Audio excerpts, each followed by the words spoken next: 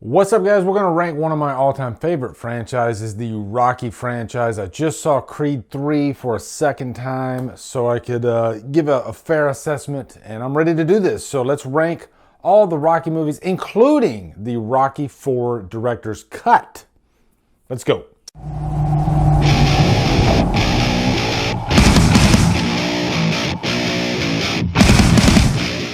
What's up, guys? Super excited to give you a new Rocky ranking, and I get to add not one but two more movies to this ranking because the Rocky 4 director's cut came out last year, and then Creed 3 just came out. I just gave Creed 3 a second viewing, as I said in the intro. I liked it a little bit better this time, I will say. The story was a bit more fleshed out for me this time, and I could remove my Stallone biases this second watch. It's a good movie, so we'll go more into that once I get to that entry. And before I get into this, let me just say too, I love all the movies of the Rocky franchise and Creed. Every single one of them. Even Rocky 5, I can get some enjoyment out of it. But I guess that's a good place to start with. My number 10 least favorite movie is Rocky 5, okay? Like I said, Rocky 5 does have some nice moments. Like the moment where Rocky tells Tommy Gunn, "You knocked him down, now let's see you knock me down." The entire theater just... everybody sat up in their seats, okay?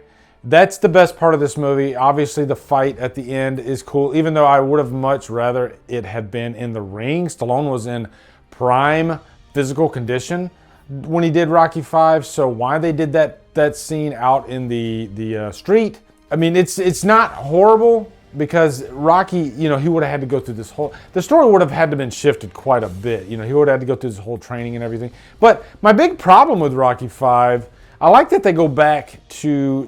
they're trying to recapture the feel of the first movie. I think they fail miserably. I think Stallone's approach to Rocky as a character in that movie feels way too forced. Acting-wise, it just doesn't feel as natural as it did in the previous movies, really all four previous movies. I felt like he was just trying way too hard, and it was off-putting. You know, rest in peace, Sage Stallone. It was nice that he got a really, you know, big role in Rocky 5. So I can have some fun with Rocky 5, but it's one that I rarely ever feel like I want to throw in again. I've watched it a couple of times, and I know a lot of people defend this movie, and they say it's highly underrated. I highly disagree. I think it's a bad movie, I do, but there's some merit in there for sure. Okay, number 9, Rocky 4 director's cut. Man, the night I saw this movie for the first time was quite the experience. I highly recommend you guys checking out that video that I did, capturing the entire experience, going to the theater, finding out that we can't see the movie, even though we sat there for like 2 hours having to watch this whole like behind the scenes type video beforehand in the theater. Then they walk out and they tell us, "Sorry guys, we can't show you the movie." Boy, I was frustrated. So I went home. I literally watched the movie at like 2 in the morning, and I finally got my review up. And it was quite the ordeal. I highly recommend you guys watch that. I've watched this movie I think 3 times now. I don't like it. I like the experiment of taking a movie that, you know, I love so much and giving us a different version of it. And I think there is some cool moments in the movie. I think what they did with Apollo is really the only thing that's needed out of this, you know? Other than that, you know, there's some added scenes here and there. I don't really like the opening where you see Stallone in his backyard talking to Apollo. But, you know, they remove the robot. Just all the things that I love about Rocky 4, not all of them, but quite a few of the things that I love, they just removed it from the movie, you know? I think they were trying to take out the 80s feel of the movie, and that's part of what I love about Rocky 4. You know, we had the whole Cold War thing going on with Russia at the time. I just love that movie so much, having seen it hundreds of times probably by now. So the director's cut, it really felt like a sore tooth in my mouth after I watched it 3 times. And there's some awkward scenes too, like when he wins at the end and Stallone does this jump. It just goes to show how important editing is, because the scene looked really weird, okay? The final fights, I don't think is as good as the final fight in the original movie. Really, every single thing about the original movie is better than I think in the director's cut, okay? I do like the added Apollo stuff, but other than that, yeah, it's another one that I probably won't watch that much. You know, I'd only put Rocky 5 below it. Number 8, I'm going to go with Creed. And this is surprising to a lot of you guys because I rated that movie super, super high when I first saw it. And I still do. I still do. I think the moments with Rocky and Creed are the best parts of that movie. And I think Ryan Coogler's direction is amazing. But one thing I noticed after watching it, and I've probably watched it at least like 5 times now, is the story, the cancer stuff. It's, I don't know. They say that anytime you throw cancer in a movie, it is cancer for the movie. And I'm not going to disagree with that, even on Creed. But Adonis's story is really great, you know, and it's a great first chapter in the Creed trilogy. It's still a really good movie. Also, the fight with Ricky Conlon at the end, you know, if I did a ranking of all the final Rocky or Creed fights, that Conlon fight, as decent as it is, it would be in my lower ranking, you know, lower tier. But Creed is still a really good movie. It is. I think it's what Rocky 5 should have been, honestly. Okay, number 7, Creed 3. And Creed 3 is a lot better in my eyes after the second viewing. I love really just how this movie looks. It is a gorgeous looking movie. I think Michael B. Jordan, his directorial debut, is great. You know, I mean, if this was my first movie that I ever directed, boy, I would be super proud of Creed 3. Jonathan Majors really steals the show, and so much so that I wanted like more of him in the movie, you know? And I think if I had to pick apart Creed 3, because it is a really good movie, it is, and fits firmly, I think, you know, in the whole Rocky Creed universe. It fits. I heard like one guy saying this doesn't feel like it should be included in the Rocky. No, there's still plenty of love, I think, subconsciously for Rocky in this movie. The second viewing, I especially noticed that there was like 3 more things that popped out for me. I was like, okay, yeah, they definitely did that because of Rocky. You know, some of it's kind of like under the breath, and you know, but overall, I think Creed 3 is a really good movie.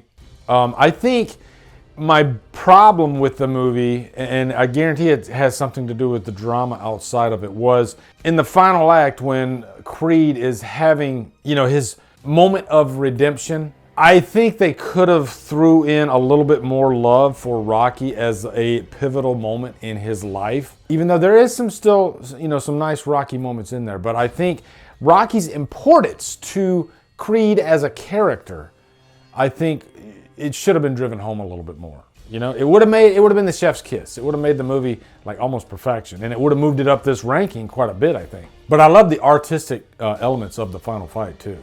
Number 6, Rocky 3. Rocky 3 is where we go, we take one foot out of the dramatic, even though there is some drama in Rocky 3, and we go a little bit more into action. And I think if I'm wanting a good, fun, action-packed Rocky movie, Rocky 3 is perfect. Clubber Lang is one of my favorite villains out of the entire franchise. He almost comes across as a caricature, right down to the, you know, the way he looks. He's got a freaking mohawk, and it's awesome. I think Stallone had a real talent for picking his opponents in his movies, making them feel larger than life. And Clubber Lang was the beginning of that, you know, because Creed, even though he did feel larger than life with, you know, the whole bicentennial, you know, American flag, you know, star-spangled fighter, yeah, he takes it to a whole nother level with Clubber Lang. And, you know, antagonizing him and with his wife and getting under Rocky's skin. And this is a good moment to mention this about the difference between Rocky as a character as opposed to Adonis Creed as a character. Not to take anything away from Adonis Creed, but Rocky was never an angry character, you know, whereas Creed, this is a character that had a past, and he was kind of consumed with, you know, his demons and anger, and they explore that, I think, even in Creed 3. The thing that makes Rocky so special as a character is, yeah, he did have a rough upbringing. I mean, he was even like a loan shark and all that stuff, but he always had this optimism about him, and he always seemed like he was not an angry type of person, you know, even like, you know, kind of silly, kind of dumb at times, but happy dumb. When Rocky got angry, you know, when an opponent, you know, touched a nerve, or even in the ring, hit him, you know, I guess below the belt, and Rocky would, you know, you'd have this moment, there would be a musical cue that would come along. And Rocky was like, okay, now you've really, really fucking pissed me off. And that's when I think, the excitement really builds. And it's part of the love of these Rocky movies is watching this character that's usually, almost like cherubic in nature, just very inspirational. But when he was angry, boy, it counted, Whereas with Creed, it doesn't really make a difference when he gets angry because he's a moody type of character anyway, and I think that's the difference between Creed and Rocky. So anyway, yeah, Rocky 3, man, that final fight, and there's a great moment of redemption because he loses in the middle, Mickey dies. A lot of great things happen in Rocky 3 along the way, and it's a short movie. It feels like it just flies right by. But man, that final fight, and you have Apollo Creed training Rocky, it's electric. Like that is one of the most electric fighting scenes in the franchise. Really every final fight has something to offer that's a little different than every other final fight, especially Rocky 3. Number 5, Rocky Balboa. And this was, behind the scenes, this is just a really great story. How Stallone tried and tried and tried for years to get Rocky back in the ring. And they laughed at him. The studios told him, forget it, it's over. And he had something to prove. There was some stuff in the basement. This is the movie where the final fight isn't that important to the overall theme of the movie, even though it's a cool final fight. I think a lot of guys, especially like me that are older in age, I turned 50 this year. And it's just so inspirational that it ain't over till it's over. And you might have this fire inside you that hasn't been there for ages, and you feel like you got something to prove. You got one more mountain to climb, and that's what Rocky Balboa is. Hell, I even used the speech. It ain't how hard you hit, it's how hard you can get hit and keep moving forward. That whole amazing speech, I actually recited that at my retirement for the military, when I retired from the military. And I it's hard to get through that speech without crying, especially if you're doing a retirement speech. But that's one thing that I'm the proudest of is that I served my country and that I was able to recite that freaking speech at my retirement. I always want to do that because Rocky's just one of the most important characters in my entire life. I just had a giant freaking smile on my face throughout this whole movie when I first saw it. It was just so nice to see a character that's so important to me return to greatness. So yeah, Rocky Balboa has a special place in my heart. Number 4, Creed 2. And I always tell people Creed 2 is great because it's like a perfect continuation of Rocky 4. Having Drago come back and having his son be the opponent. And Drago is a freaking beast. The son, he's even bigger than his father was. And his father was a beast. I think Creed 2, if you want the most action-packed Creed movie, Creed 2 is definitely the one to go for. There's definitely some drama in the movie, and it's not perfect, but man, I have a great time with it. I love the training montage in that movie too. How Rocky, he forces Creed to stand in this tire and fight this guy, and you can't walk back, you can't leave. You have to take the punishment, because that's what Drago's son is. He's like Bane, really. It's pain and having to dig deep and take that pain. And man, this movie's just beautiful to look at too, especially the final fight, the cinematography. There's something about blue cinematography that gets me every time. And man, Creed 2, it's a gorgeous looking movie. But it's just, like I said, it's a very nice companion to Rocky 4. And I do think it's a great send-off for Rocky as a character. I do. I didn't need Rocky to be in Creed 3. Okay, number 3, I'm gonna go with Rocky 2. And I'm going to tell you this right now up front. Rocky 2, final fight. Easily one of my favorite all-time boxing final fights in cinema history. Just for the emotion. The music by Bill Conti is just pure adrenaline. I think the build-up to this fight, because Rocky 2 is a slow burn type of movie, I would even dare say that there are some moments where you're like, can we pick up the pacing just a little bit? But those moments make the final fight that much more exciting. You had that whole section where Adrian went into a coma, and Rocky he's like, I can't deal right now. I can't do this without her. It's like the ultimate love story. And when she wakes up and she tells Rocky when, you know, his reaction to that, I think, is one of those things that makes Rocky larger than life. He almost becomes like a superhero in that moment, you know? He almost has like superpowers. And from when she says win, you don't even need to see the fight. You know he's gonna win. You know he's gonna win because he loves her so much. But then when we get to the fight, wow. That fight is what inspired the movie Creed. Ryan Coogler grew up watching Rocky II, that fight. His dad showed him that fight. And he was so inspired by that fight that he created Creed, Adonis Creed. It's really cool. And then, you know, his speech at the end, when he says, "Yo, Adrian, I did it." You know, the cool thing behind the scenes is that they tried so many different lines. It's almost like Empire Strikes Back, the I know scene. He tried so many different lines, and like on the, the 10th or 11th or 12th take, he says, "I'm just gonna say, 'Yo, Adrian, I did it.'" And when you say it out loud, it sounds like it wouldn't work. But the way the line was delivered and the moment and the emotion, it just worked. And I think just showing Adrian crying after he says it too just really sends it home. But also, one more thing I love about Rocky II as well is the beginning, showing the aftermath of the first fight and really showing what a boxer goes through after they finish a fight. And that's true. A boxer, they're like freaking cookie dough after. Their body is just completely beaten to smithereens. And you feel that at the beginning of Rocky II. Oh, and one thing about condominiums, Rocky, he never uses them. Number 2, Rocky IV.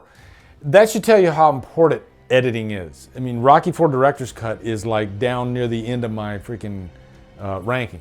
Rocky IV, number 2. This movie is so freaking important to me. Seeing it opening night in the theater, I've told this story 5,000 times, so I won't tell you now, but I'll just say that theater experience was amazing.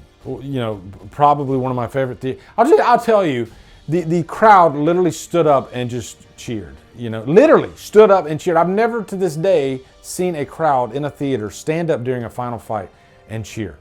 And Stallone even said, that final fight in Rocky IV is the greatest boxing match ever put to film. And he says, "I'm not trying to be cocky, but I know the work that went into it.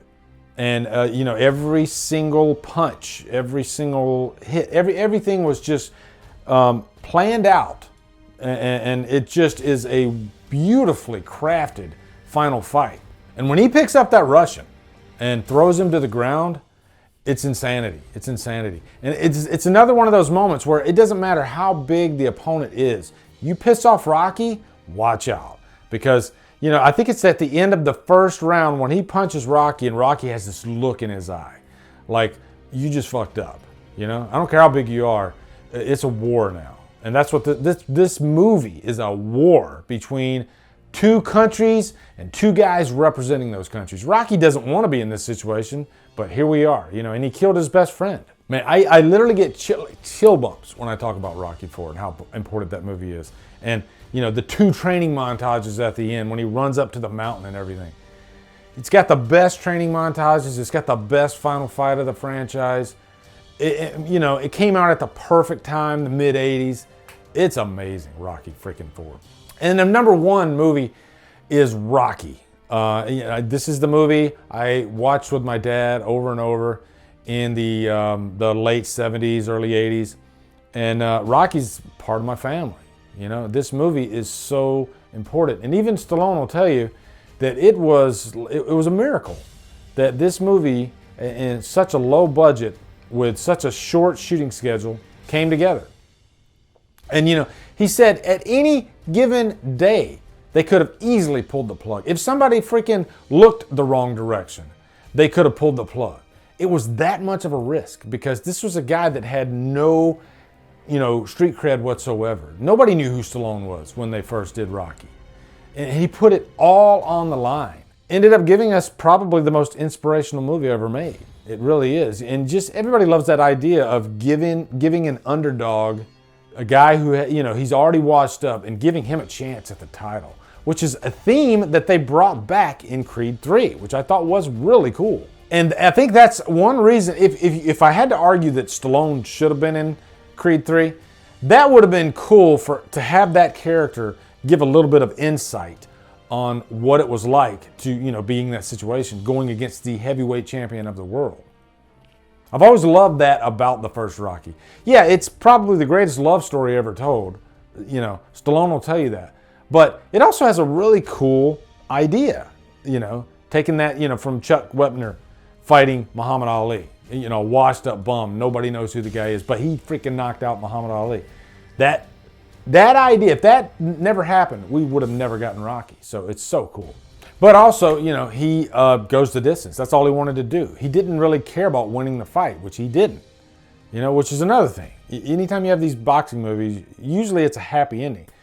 Rocky's one of those rare situations where it's a happy ending even though he didn't win. You don't even care that he didn't win because he just wanted to go the distance, and his life had changed at that point because he found love, Adrian. The movie ends at the perfect moment. It's like a crescendo where he is finally reunited with Adrian, who couldn't even watch the fight. And it's just beautiful. It's just beautiful. So yeah, there you go, guys. That's my new ranking for the Rocky franchise. I haven't watched my last ranking. It might be different. My ranking for this franchise is so close that it could change week to week, you know? So anyway, guys, I want to see your rankings down in the comments. Let me know. Also, be sure to come over to Killer Flicks, where we talk horror all day and every day. And on Fridays, we do Free For All Fridays. Follow me at Drumdums on all my socials. Support me on Patreon. Buy me a coffee. Anyway, guys, thank you so much for watching. Have a great day. Drumdum out.